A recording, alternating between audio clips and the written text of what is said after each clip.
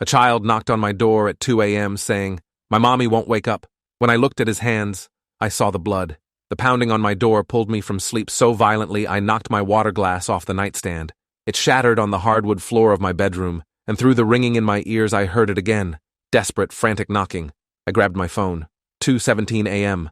My heart was already racing when I stumbled to the door in my boxers and t-shirt, squinting through the peephole. A small boy stood in the hallway, maybe 6 years old. His face was streaked with tears and something darker. His pajamas had cartoon dinosaurs on them. When I opened the door, he looked up at me with eyes that had seen something no child should ever see.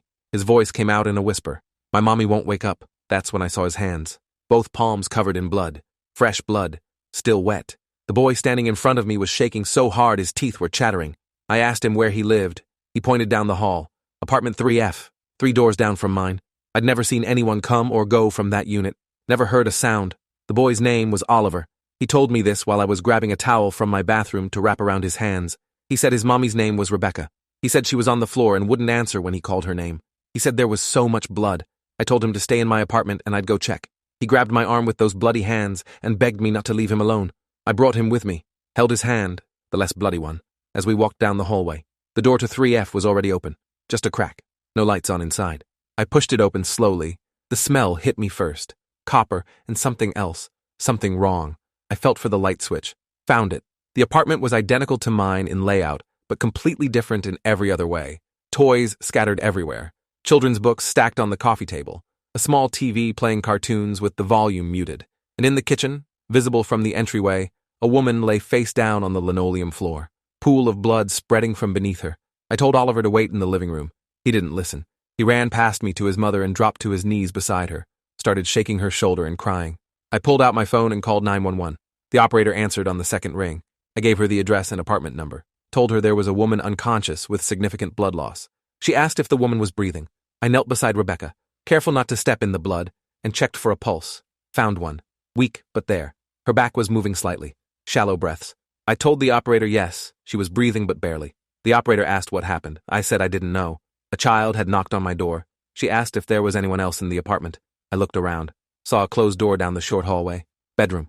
I walked over with Oliver following me like a shadow. Pushed the door open. Empty bedroom. Unmade bed. More toys. No one else there.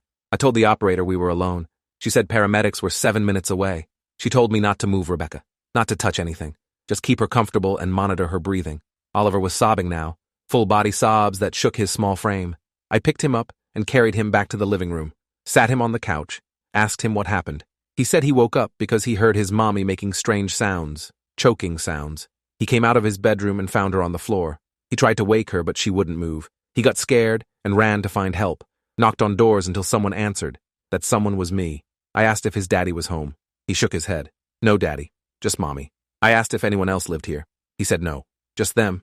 I asked if his mommy was sick. If she'd been sick recently. He said she'd been sad. Very sad. For a long time. But not sick. The operator was still on the line asking questions.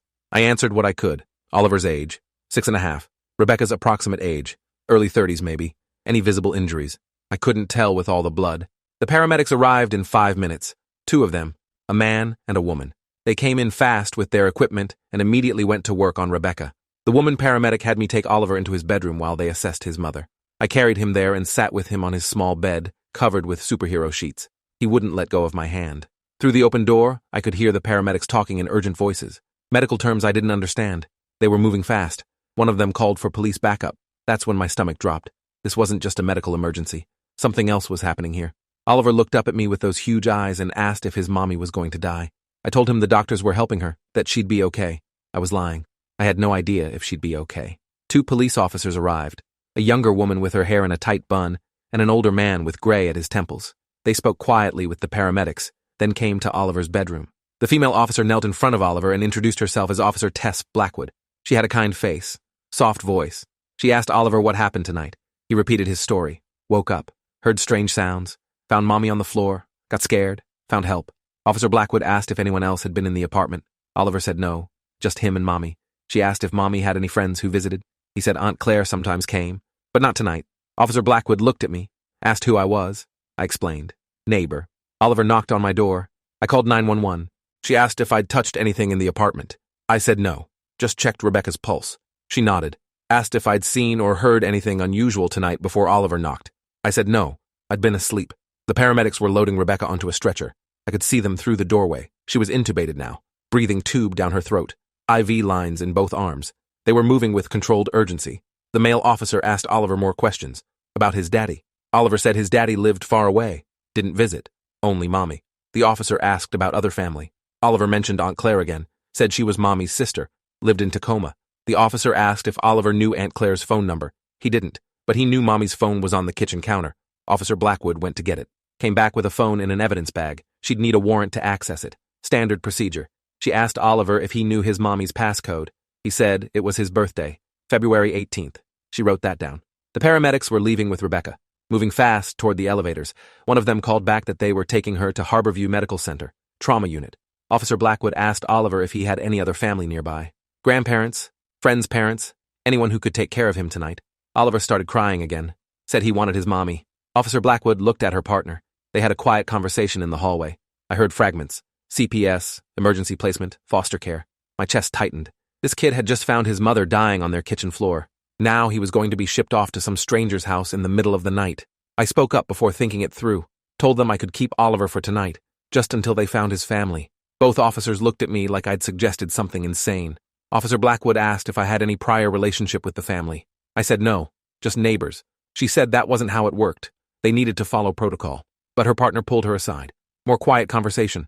They were looking at Oliver, who was still clinging to my hand, looking at the alternative of dragging a traumatized 6-year-old to a CPS facility at 3 a.m. Officer Blackwood came back, said they'd need to run a background check on me. Full criminal history. I gave them my information. Adrian Cole, social security number, driver's license. They called it in, waited. The background check came back clean. No arrests, no warrants, no red flags. Officer Blackwood made a decision. She said I could keep Oliver for the rest of the night. They'd contact CPS in the morning. But I needed to bring Oliver to the station by 9 a.m., and I couldn't leave the city, and they'd need my full statement about everything I'd seen tonight. I agreed. Signed some papers. The officers took photos of Oliver's hands. The blood was drying now, brown and flaky. They swabbed under his fingernails, collected his pajamas as evidence, gave me a paper bag with his clothes inside, said CPS would need them. They were treating this like a crime scene, which meant they thought someone had hurt Rebecca, on purpose. After the officers left, I cleaned Oliver's hands in my bathroom sink. The water ran pink, then clear. His small hands were shaking under the warm water. I found him clean clothes from my dresser, a t-shirt that hung to his knees, sweatpants with the drawstring pulled tight. He looked tiny in my clothes. I made him hot chocolate from a packet I found in my kitchen. He held the mug with both hands and stared at nothing. I asked if he wanted to sleep. He said he couldn't. Every time he closed his eyes, he saw his Mommy on the floor. I turned on my TV, found a cartoon channel. We sat on my couch together. Oliver eventually leaned against me and fell asleep around 4 a.m. I stayed awake, watched the sky lighten through my window, thought about Rebecca lying in a hospital bed somewhere, thought about what had happened in that apartment, the blood, the way she'd been positioned, face down, like she'd collapsed while standing at the kitchen counter. At 6 a.m., I called Harborview, asked about Rebecca's condition. They wouldn't tell me anything, patient privacy laws. I wasn't family. I asked if I could at least know if she was alive. The nurse said she couldn't confirm or deny the presence of any patient. I hung up frustrated. Oliver woke up around 7 a.m., looked confused about where he was, then remembered, started crying again. I made him breakfast, scrambled eggs, toast. He picked at it, barely ate. I tried to think of what to say to a traumatized 6-year-old. Came up empty. Around 8 a.m. my phone rang, unknown number. I answered. It was a woman who introduced herself as Diana Shepard from Child Protective Services. She'd been contacted by the Seattle PD about Oliver. She needed to speak with both of us. Could I bring him to the CPS office downtown instead of the police station? I said yes. She gave me the address, told me to be there by 10 a.m. I got Oliver dressed in his own clothes from the evidence bag. The pajamas were gone, but there was a day outfit underneath. Jeans, a striped shirt, sneakers. We took an Uber to the CPS office, a gray building that looked like every other government building. Fluorescent lights, linoleum floors, plastic chairs in the waiting room. Diana Shepard met us there. She was younger than I expected, maybe late 20s, wore glasses and had her dark hair in a professional bun. She took us to a small interview room, asked Oliver questions, the same questions everyone else had asked. What happened last night? Who was home? Any other family? Oliver answered robotically, like he'd memorized the responses. Diana asked about school. Oliver said he went to Madison Elementary, 2nd grade, Mrs. Frost's class. Diana wrote everything down. Then she asked me questions. How I knew the family. I explained again. Neighbors. Never met before last night. She asked why I'd offered to keep Oliver overnight. I said because he was terrified and needed stability. She said that was kind, but also outside protocol. Diana explained what would happen next. Oliver would be placed in emergency foster care while CPS investigated the situation. They'd try to locate his father, find other relatives, determine if Rebecca would recover and what her condition was. They'd need to assess whether Oliver was safe to return home, whether there had been any abuse or neglect, whether Rebecca's injuries were self-inflicted or caused by someone else. The police were investigating, treating it as a potential crime scene. Diana said this process could take days or weeks depending on what they found. Oliver started crying when he heard foster care, said he wanted to stay with me. Diana looked uncomfortable, said that wasn't possible. I wasn't a licensed foster parent, didn't have clearance. Oliver grabbed my hand and wouldn't let go. Diana tried to gently separate us. Oliver screamed, full panic attack, hyperventilating. I knelt down and told him it would be okay, that these people would take care of him, that his mommy would get better and they'd be together again soon. More lies. I had no idea if any of that was true. Diana called in another social worker, a man named Gerald who looked like he'd been doing this job too long. He had a gentle way with Oliver, convinced him to let go of my hand, promised Oliver he'd be staying with a nice family who had other kids, that he could bring his favorite toys, that they'd visit his mommy in the hospital soon. Oliver finally relented, walked away with Gerald, looked back at me once before disappearing down the hallway. I felt like I'd just abandoned him. Diana said I could go, but she'd be in touch if they needed anything else. She thanked me for helping Oliver, said not everyone would have gotten involved. I left the building feeling hollowed out, got an Uber back to my apartment, stood in the hallway outside 3F. Yellow police tape across the door. Crime scene. Do not enter. I went back to my apartment, showered, changed clothes, called in sick to work. Couldn't focus on anything except Oliver's face when he'd looked back at me. Around noon, my phone rang. Officer Blackwood. She had questions. Could I come to the station for a formal interview? I said yes. Took another Uber, third one today. I was racking up charges. The police station was busy. Phones ringing, people in handcuffs, chaos. Officer Blackwood met me in the lobby, took me to an interview room. This one had a camera in the corner, recording. She said this was standard procedure. I wasn't a suspect, just a witness.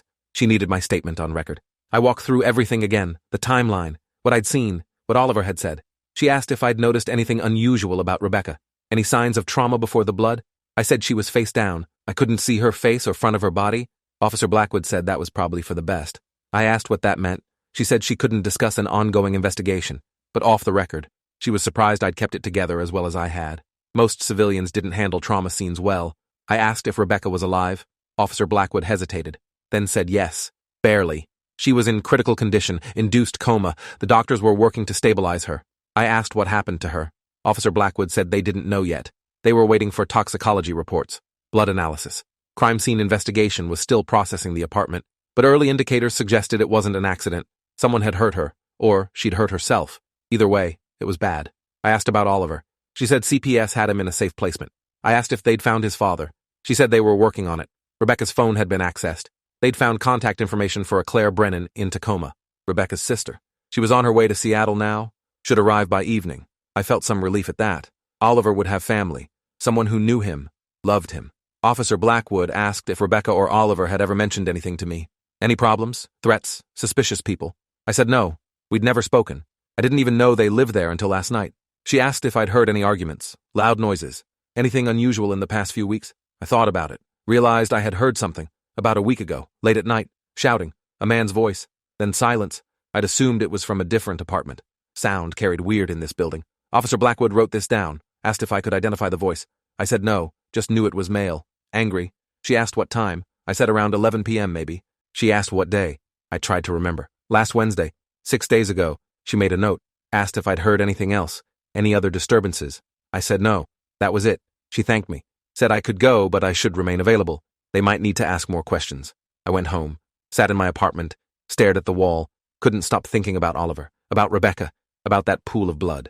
Around 6 p.m. I decided to go to Harborview, just to see if there was any news. The hospital was massive, trauma center for the entire region.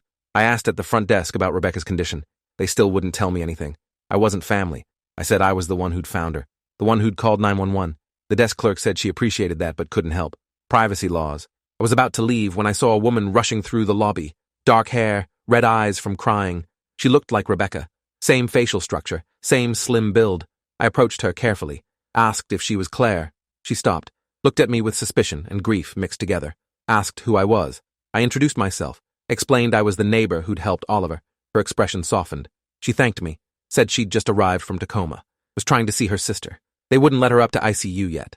Some kind of police restriction. Claire was shaking. I suggested we sit in the lobby. She agreed. We found chairs near the windows. She said CPS had called her at 5 a.m., told her Rebecca was in critical condition, that Oliver was safe but in emergency placement. Claire had thrown clothes in a bag and driven straight here. She'd tried calling Rebecca's phone. No answer. The hospital wouldn't tell her anything over the phone. She'd driven 90 minutes in a panic. Now she was here and they still wouldn't let her see her sister. I asked if she knew what happened. She said no, just that Rebecca was injured, unconscious. The police were investigating. She asked what I'd seen. I told her what I could without traumatizing her further. Found Rebecca on the floor. Called 911.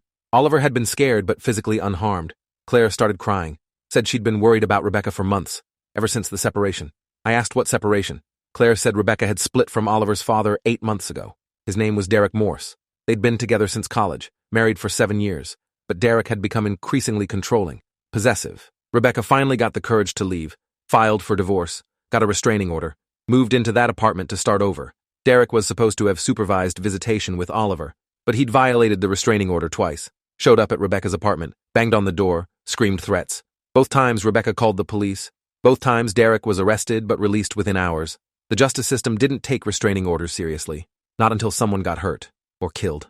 Claire's words hung in the air. I asked if Derek knew where Rebecca lived now. Claire said yes. He'd found her somehow, despite her changing her phone number, despite being careful. He always found her. That's what men like Derek did. They hunted. Claire asked if I'd told police about Derek. I said I hadn't known to mention him. But the police had Rebecca's phone. They'd find his information. They'd question him. Claire said she hoped so, but wasn't optimistic. She'd watched the system fail Rebecca over and over. Judges who gave Derek chance after chance. Cops who treated domestic violence calls like nuisance complaints. A society that protected men like Derek until their partners ended up dead. She said that with such bitterness, I knew she'd been through this before. With Rebecca, watching her sister suffer, unable to help. I asked about Oliver. Had Derek ever hurt him? Claire said not physically, but the psychological damage was there.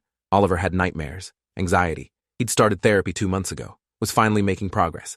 Now this, whatever this was, it would set him back years, if he ever recovered at all. A nurse approached us, said Claire could see Rebecca now, but only for a few minutes, and she needed to prepare herself. It was bad. Claire stood on shaky legs, asked if I'd wait. She didn't want to be alone after. I said yes. She disappeared down a hallway with the nurse. I sat in the lobby for 45 minutes, watched families come and go, people crying, people praying, people staring at phones hoping for good news. Claire came back looking worse than before, sat down heavily, didn't speak for a long time. Finally said Rebecca was unrecognizable, swollen, bruised, machines everywhere, breathing tube. The doctors said she had severe internal injuries, damage to vital organs. They'd performed emergency surgery, but the prognosis wasn't good. Even if she survived, there would be permanent damage. Brain, liver, kidneys. Claire's voice cracked. She said it looked like someone had tried to kill her sister, methodically, violently. I asked if the police had said anything. Claire said a detective had been waiting outside Rebecca's room, had asked her questions about Derek, about their relationship, about the restraining order. Claire had told them everything. We sat there together, two strangers bonded by tragedy. Around 8 p.m., Claire said she needed to go see Oliver. CPS had arranged a visit at the foster home. She asked if I wanted to come. I said yes immediately. We took her car, a beat-up sedan that smelled like coffee and stress. The foster home was in Ballard, a nice neighborhood. The house was small but well-maintained. Toys in the yard. A kind-looking woman in her 50s answered the door, introduced herself as Patricia, the foster mother. She led us to the living room where Oliver sat on a couch with 2 other kids, a girl about 10 and a boy maybe 8. Oliver saw Claire and ran to her, threw his arms around her waist, started sobbing. Claire held him and cried too. Patricia ushered the other kids out, gave us privacy. Oliver asked where his mommy was. Claire knelt down, told him mommy was very sick. The doctors were helping her, but she might be sick for a long time. Oliver asked if mommy was going to die. Claire couldn't answer, just held him tighter. Oliver saw me standing by the door, asked why I was there.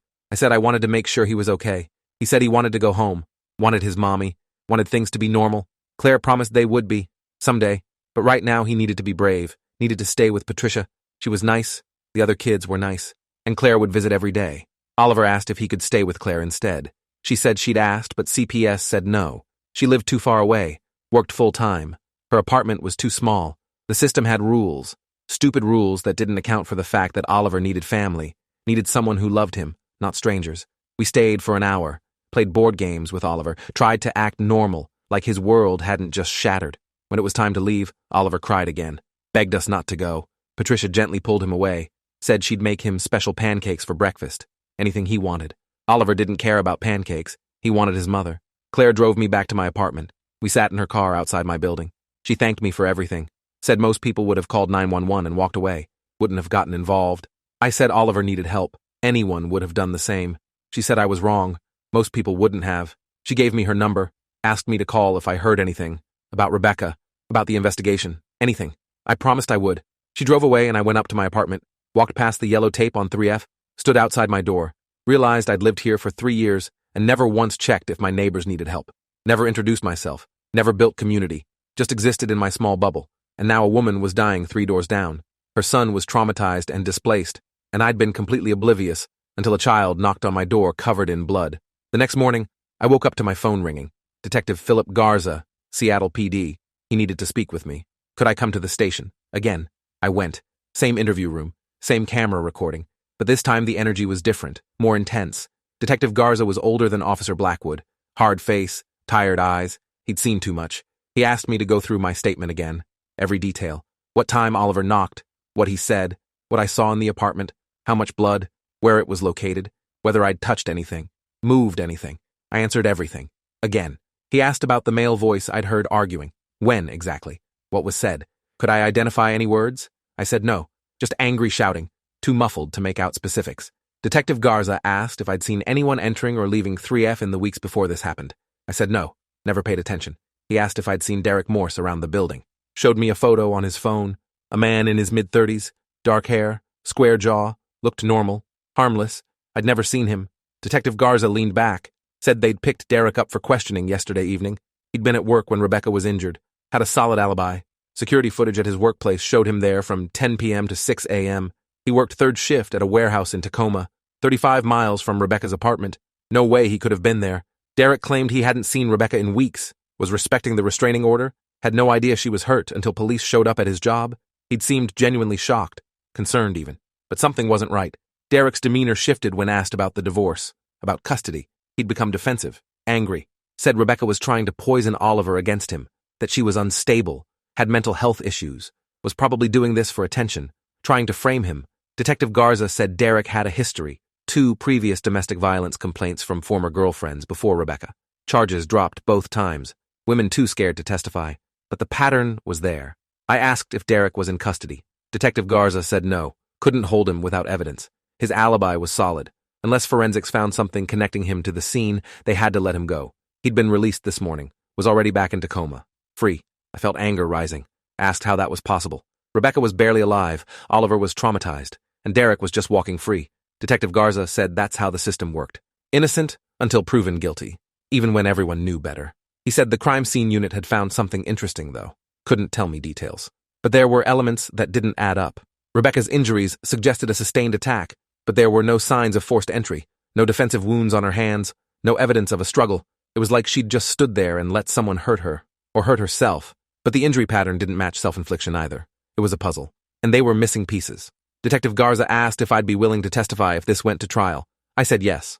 Absolutely. He said good, because something was very wrong with this case. And they needed all the help they could get.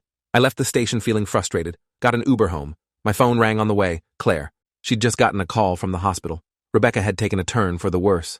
Multiple organ failure. They were doing everything they could, but it wasn't looking good. Claire was heading back to Harborview now. Asked if I could meet her. I redirected the Uber. Met Claire in the same lobby where we'd sat yesterday. She looked destroyed. Said the doctors had given Rebecca 48 hours. Maybe less. They'd asked about organ donation. About advance directives. Rebecca had never discussed what she'd want. Never imagined she'd be in this position at 32 years old. Claire had to make impossible decisions. I asked about Oliver. Did he know? Claire said no. How do you tell a 6-year-old his mother is dying? We sat in the hospital chapel. Empty, except for us. Claire talked. Said Rebecca had been the strong one growing up. Always confident, independent, had big dreams, became a nurse, loved helping people, met Derek in college. He'd seemed perfect at first. Charming, attentive. But after they got married, things changed. He became jealous, controlling, wouldn't let her see friends, monitored her phone, accused her of cheating constantly. Rebecca kept it hidden for years, ashamed, thinking she could fix him, thinking it was her fault. When Oliver was born, Derek got worse. Saw Oliver as competition for Rebecca's attention. Would fly into rages over nothing, break things, punch walls, never hit Rebecca or Oliver directly. But the threat was always there, hanging in the air. Rebecca finally left after Derek pushed her down the stairs, She'd been pregnant, miscarried. That was the breaking point. She filed for divorce, got the restraining order, tried to build a new life, and now this. Claire said she blamed herself, should have helped Rebecca leave sooner, should have reported Derek, should have done something. I told her this wasn't her fault, this was on Derek, and on a system that failed to protect Rebecca. Claire said the system was designed to fail women, to give men infinite chances, to prioritize fathers' rights over mothers' safety, to treat domestic violence like a private family matter instead of the crime it was. She said Rebecca had done everything right, documented everything, called police, got a restraining order, left, built a new life, and still ended up here, dying at 32, leaving behind a 6-year-old son. Claire's phone rang. The hospital. She answered. Her face went white. She stood up. Said they needed to come now. Rebecca was crashing.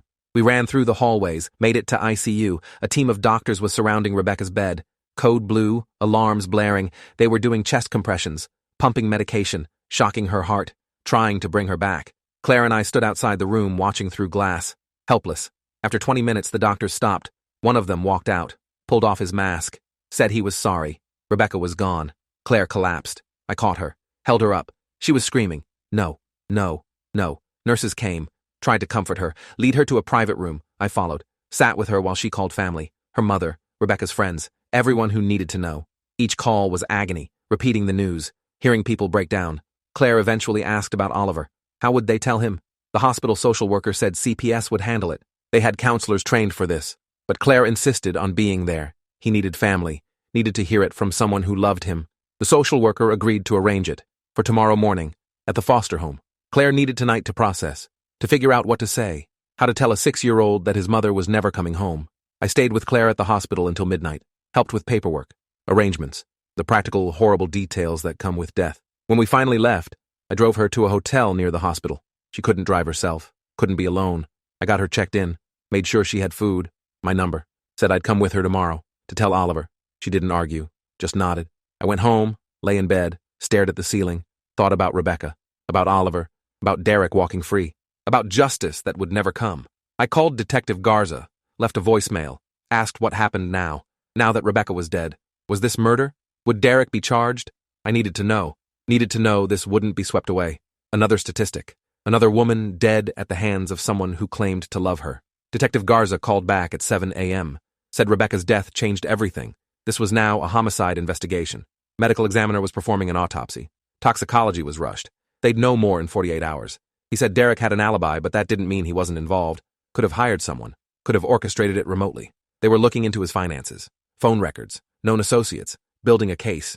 But he needed me to understand. This would take time, months maybe. And even then, conviction wasn't guaranteed, especially with Derek's alibi. I asked about Oliver. What happened to him now? Detective Garza said CPS would determine placement, probably with Claire since she was next of kin, unless Derek fought for custody, which he might, out of spite, out of control. The system would have to consider his rights as the father, even if everyone suspected he'd killed Oliver's mother. I picked up Claire at 9 a.m. We drove to the foster home in Ballard. Patricia met us at the door. Her expression said she already knew. CPS had informed her. Oliver was in the living room, playing with toy cars, innocent, unaware. Claire sat beside him. I stood in the doorway. She started gently. Said Mommy had been very, very sick. The doctors tried very hard to help her, but sometimes even doctors can't fix everything. Sometimes people are too sick to get better. Oliver looked confused, asked when he could see Mommy. Claire took his small hands, said Oliver wouldn't be able to see Mommy anymore. Mommy had died. She was gone. Heaven now, with the angels. Oliver stared at her, processed, then started shaking his head. No, Mommy's not dead.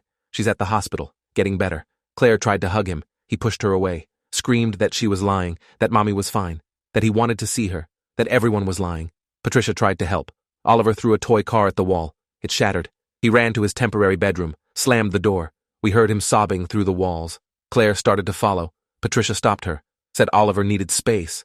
This was normal grief, denial, anger. He'd cycle through it all. They needed to let him process, give him time. Claire was crying, said this was wrong. Oliver shouldn't be here, with strangers. He should be with family. Patricia said she agreed, but there were procedures. CPS would evaluate Claire as a potential guardian, but it could take weeks. Forms, background checks, home visits, and Derek would be notified, would have the right to contest, to fight for custody, Claire said, over her dead body. Derek wasn't getting Oliver, not after what he did. Patricia said carefully that Derek hadn't been charged with anything, was presumed innocent.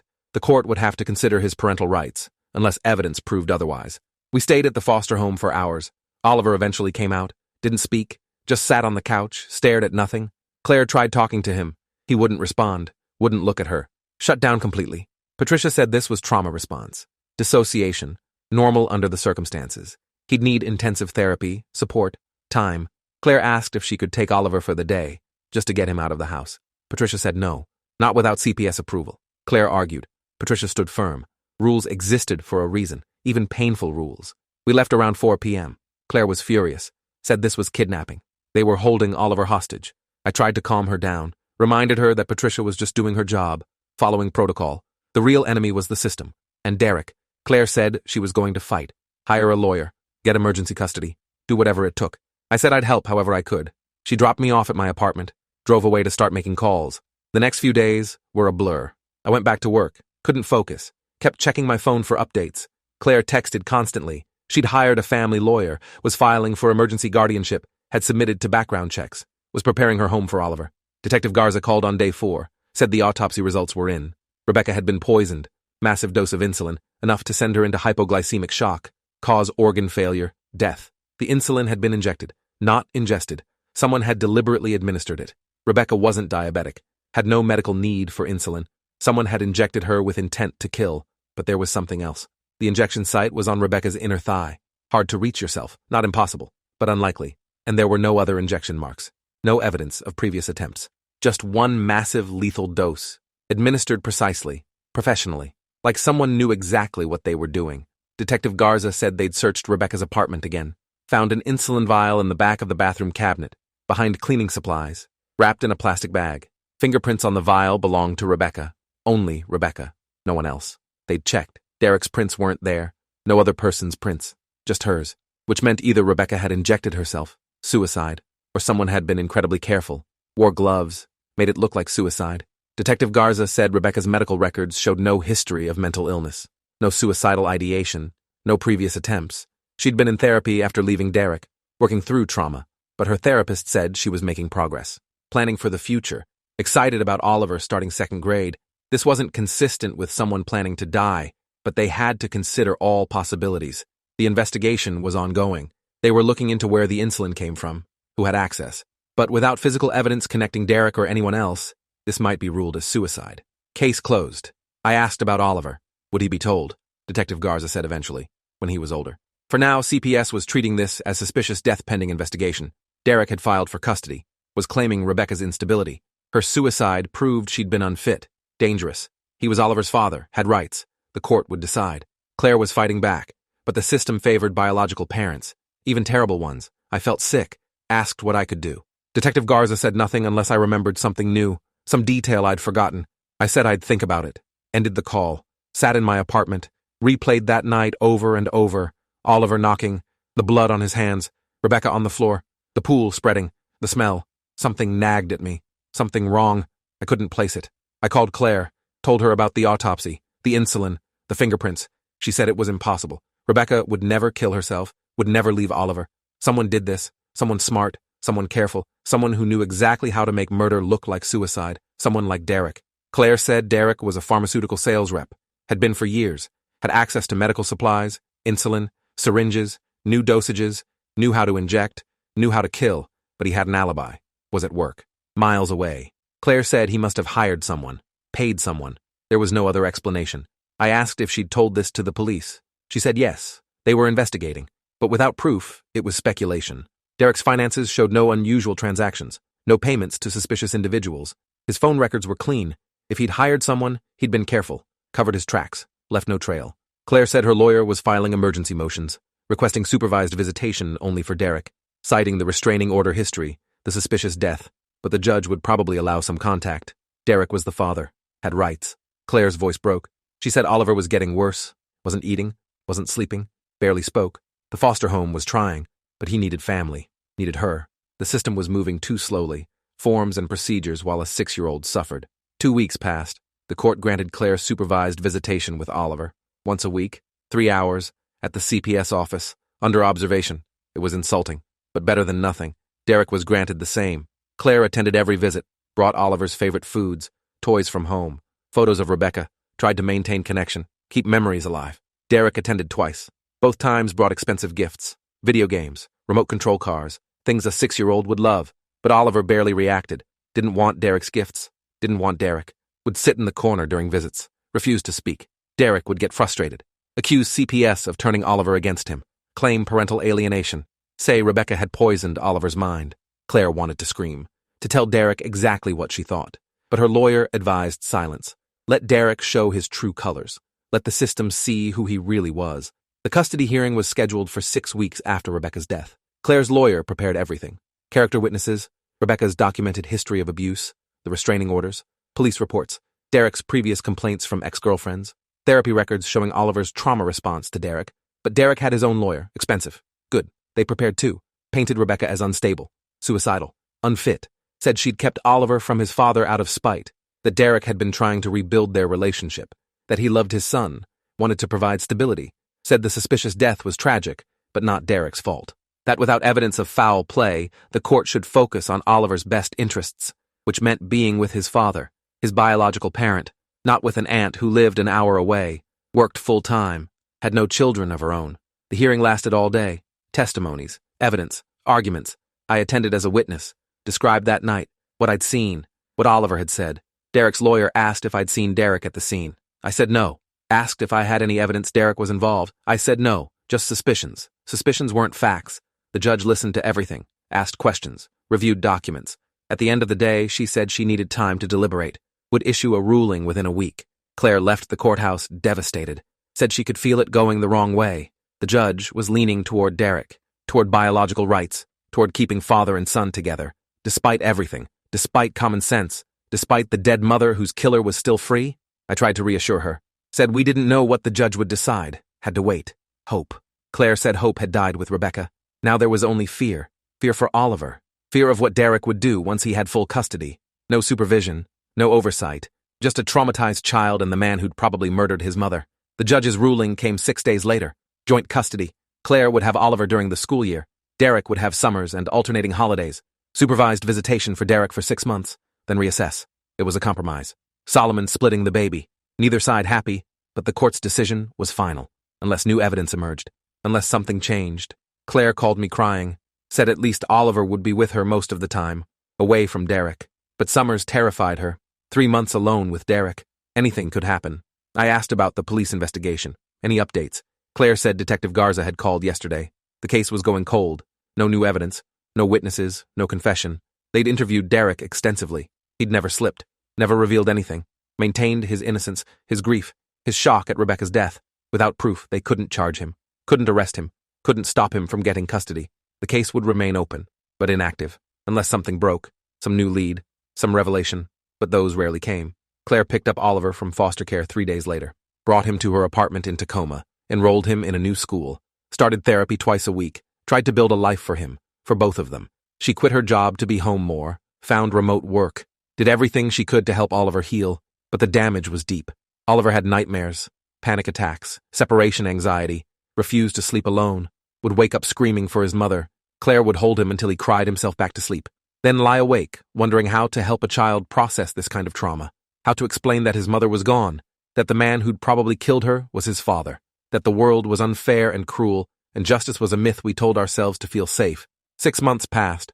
Oliver was doing better, slowly. His therapist said he was processing, beginning to accept. Still had a long way to go, but progress was real. Claire called me occasionally, updated me, said Derek's supervised visits had ended. Judge granted unsupervised, 2 weekends a month. Claire had to hand Oliver over, watch Derek drive away with her nephew, not know if he'd come back, live with that terror every time.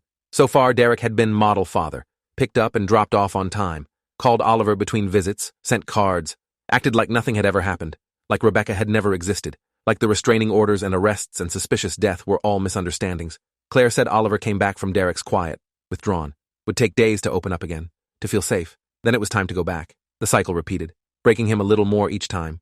I went on with my life, work, apartment, routine, but couldn't forget, would pass 3F in the hallway. New tenant moved in last month, young couple, no idea what happened there, probably better that way. I'd think about Rebecca sometimes, about Oliver, about the blood on his hands, about how close he'd come to losing both parents in one night, how he'd still might. Summer was approaching. Derek would have Oliver for 3 months. Unsupervised, unmonitored. Claire was terrified. Her lawyer filed motions to limit the summer custody. Judge denied. Court order was clear. Derek had rights. The calendar marched forward. June 1st. Summer custody began.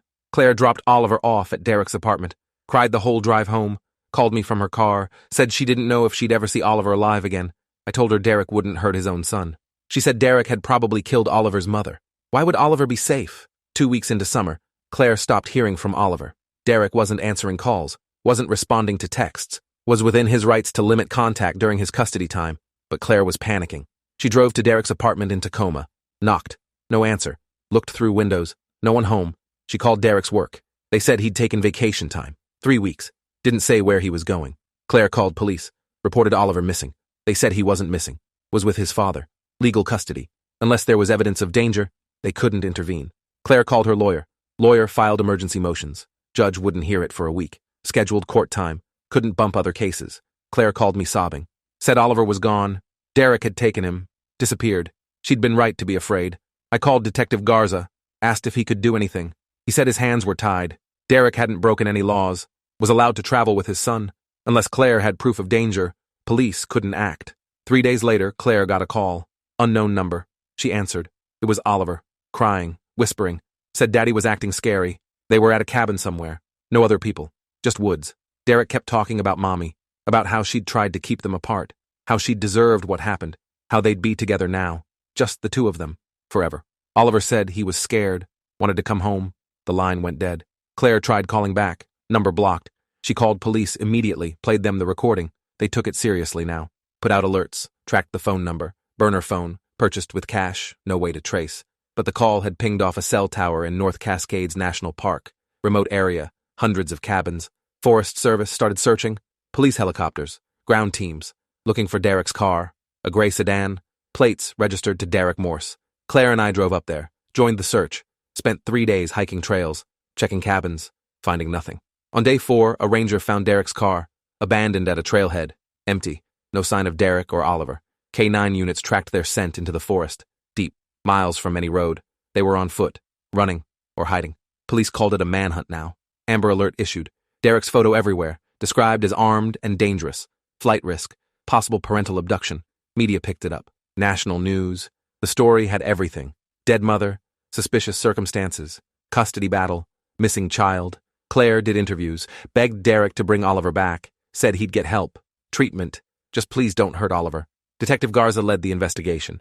Said they'd found evidence in Derek's apartment. A journal. Detailed plans. Derek had been planning this for months. Since losing primary custody. Wrote about taking Oliver somewhere they'd never be found. Starting over. Becoming new people. The journal also contained confessions. About Rebecca. About the insulin. About making it look like suicide. He'd done it. Killed her. Admitted it in writing. But only to himself. Probably never meant for anyone to read it. But now police had it. Had proof. Had a murder case. If they found Derek alive. 6 days into the search, a hiker called 911. Found a body. Adult male. Derek's description. Remote area. Near a cliff. Police recovered the body. Confirmed identity. Derek Morse. Dead. Appeared to be a fall. Trauma consistent with hitting rocks. But no Oliver. Search intensified. Where was he? Had Derek hurt him before falling? Had Oliver witnessed it? Was he alive out there, scared, alone, or worse? Claire was beside herself, screaming.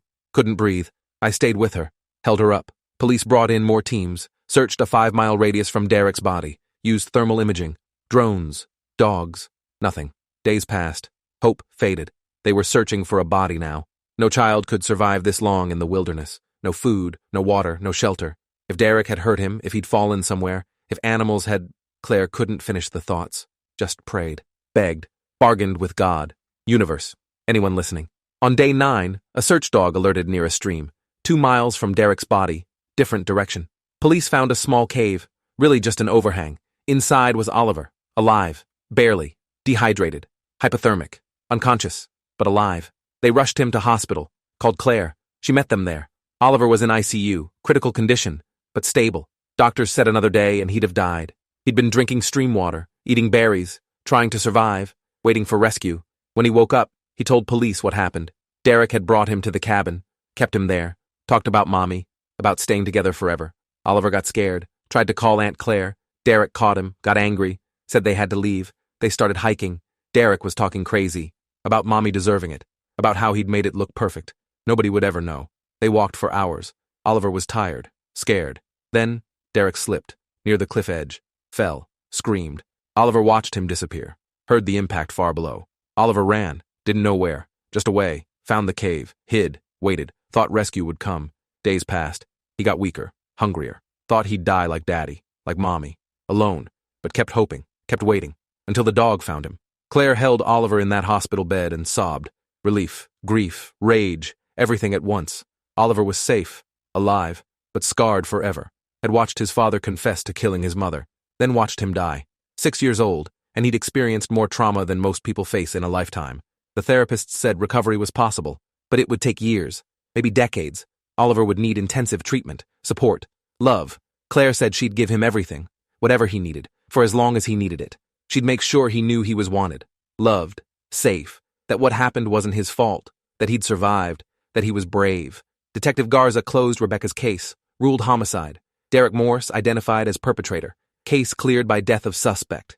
Justice served, sort of. Derek was dead, would never stand trial, never face Rebecca's family, never be held accountable in any real way. But at least everyone knew the truth. Rebecca hadn't killed herself, had been murdered by the man she'd tried to escape, the man the system had protected, the man who'd gotten chance after chance until he'd killed. Claire filed wrongful death suits against Derek's estate, against the court system that had ignored Rebecca's pleas, against the police who'd treated restraining orders like suggestions. Some settled, some were dismissed. Money didn't matter, wouldn't bring Rebecca back, but maybe it would change policies, protect the next woman, save the next life. Claire established a foundation in Rebecca's name, advocated for domestic violence victims, pushed for better laws, stricter enforcement, real consequences for abusers. She turned her rage into purpose, her grief into action.